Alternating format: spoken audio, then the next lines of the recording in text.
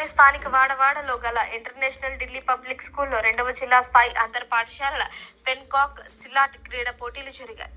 ఈ పోటీలకు సుమారు 55 ప్రభుత్వ, ప్రైవేటు పాఠశాలల భాగస్వామ్యంతో 450 మంది విద్యార్థులు పాల్గొన్నారు.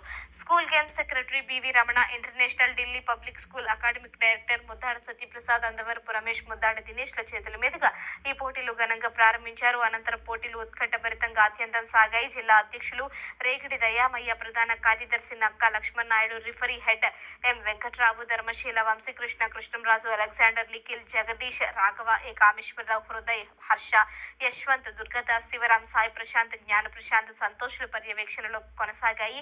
విజేతలకు SSR charitable trust founder Sora Srinu చేతుల మీదుగా మెడల్స్ ప్రదానం చేస్తూ రాష్ట్ర స్థాయి పోటీలలో కూడా మంచి పథకాలు సాధించి జిల్లాకి మంచి పేరు తేవాలని కోరారు. ట్యాండింగ్ ఈవెంట్ ఓవరాల్ ఛాంపియన్షిప్ విభాగంలో మొదటి స్థానం ట్రోఫీ మాస్టర్ సామ గౌతమ్ కుమార్ టీం, 2వ స్థానం trophy Hiramandalam Simhachalam master team, 3వ స్థానం ట్రోఫీ రణస్థలం లింగాల ఈశ్వరరావు టీం, అలాగే 4వ స్థానం హేమంత్ మార్షల్ ఆర్ట్స్ అకాడమీ టీంలు గెలుచుకున్నారు.